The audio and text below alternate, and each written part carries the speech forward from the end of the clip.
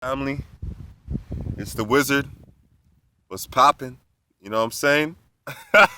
It's a good day. It's beautiful outside. I can't complain. Anyways, let's get into the topic today. Topic is, what is a thought? Dang. Okay, I'm maybe a little bit too loud right now. It's kind of early, but the point is, I'm excited. I'm full of energy. I'm next to another wise one. You know what I'm saying? Just taking in the new oxygen, the new information, my consciousness, allowing me to see new things or see it all. What are thoughts? You know what I'm saying? What are thoughts? What the hell is a thought, man? I'm not talking about no hoes, no tricks. I ain't talking about that. I'm talking about a thought. I ain't speaking like Migos. I'm speaking like the truth. What is a thought? A current. What is an image? Light. What is light? Energy. Okay. What is energy? Magnetism, electricity. So when we start understanding what a thought is, we must first go down to the common denominator of what it is to really understand what you thinking. What you thinking most of the time is not really from your own mind, but somebody else's. But let's get into something more real, okay? Something more authentic. When you look at the neurons within a human cell, or even the cells interacting with each other, you start to notice that there's a chemical reaction that's occurring. A reaction is happening. Sometimes in science they draw a flame. They say a triangle heat is what the reaction is. To understand what heat is, you must understand what really heat really is. It's energy. And we know that energy is electricity. So when we look at the brain, look, the birds are talking. I'm so happy. But yeah, okay. So when you look at the brain, you start to really notice this. There's little small sparks that are happening within the mind. MRIs show this. Other means of technology at this point in this generation, you can probably see what you're seeing with a computer screen. Like, that's probably the level it's at right now. For that to happen, they have to be able to take the electrical pulses within your mind and gather it through a cord, connect it to a computer, and the computer, runs off electricity, converts it into imagery. This is what our mind does just naturally, but now they're going to compute it and put it into a physical manner out of what we call a humanistic outcome from our belief that we are God. Mind you, we are not God, but we can definitely have a little bit of fun when it comes to creating things down here in this plane because we are intelligent. So when we understand what thought is, we understand that thought at the basic sense is electricity or fire, either way, whatever you want to say it is. And we're going to start to understand that this whole planet is run by electricity. There's a reason why trees ground themselves, or the term ground even exists. How does one be grounded with the earth if the earth doesn't have electrical pulses outside of its crust and within it?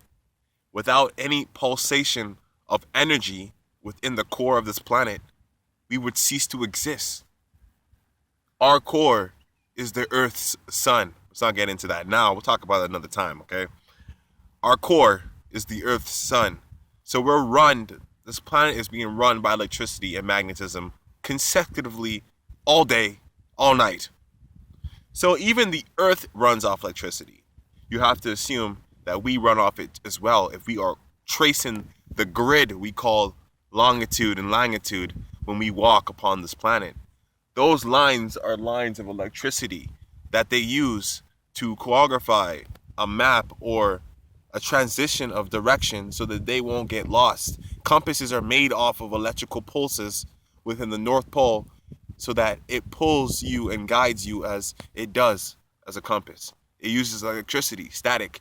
Well, it's a different word, but it's around that level of understanding. There's a connection being made from the metal piece within the water and the actual electrical pull from the North Pole.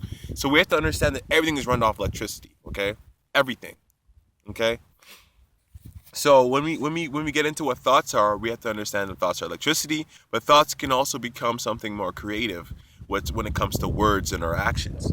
Remember that our words are simply vibrations, and I'm vibrating my lips back and forth for you to announce and hear what I'm saying. I made a video on what is the power of speaking. Go check it out. Pretty much explains what I'm talking about right now. So when we understand that everything's electricity, we have to understand that electricity doesn't stay in one spot. It has to be transferred in and out, in and out. So where are these electrical pulses or thoughts coming from? If it's coming from in and out, if it's coming from somewhere and in us and out of us. If emotions stands for energy in motion, you have to understand that electricity is constantly coming through us. So if it's coming through us, then it doesn't originally start with us then. If it doesn't originally start with us, then we have to have the notion that thoughts and emotions are not unique to the individual, hence why we can even relate on any topic. I can talk about, which I don't want to do this in this video, I can say McDonald's, and that vibration will connect to so many people that someone might actually buy McDonald's after this freaking video. Please don't do it. The point is this is my point. No thought or emotion is unique to you. We are all interconnected. If we live on this planet, you're connected, bro. You connected. We try to disconnect as much as possible and maintain our own unique thoughts within the boxes that we live in because they're called cells. Our rooms is like a cell. What do cells do?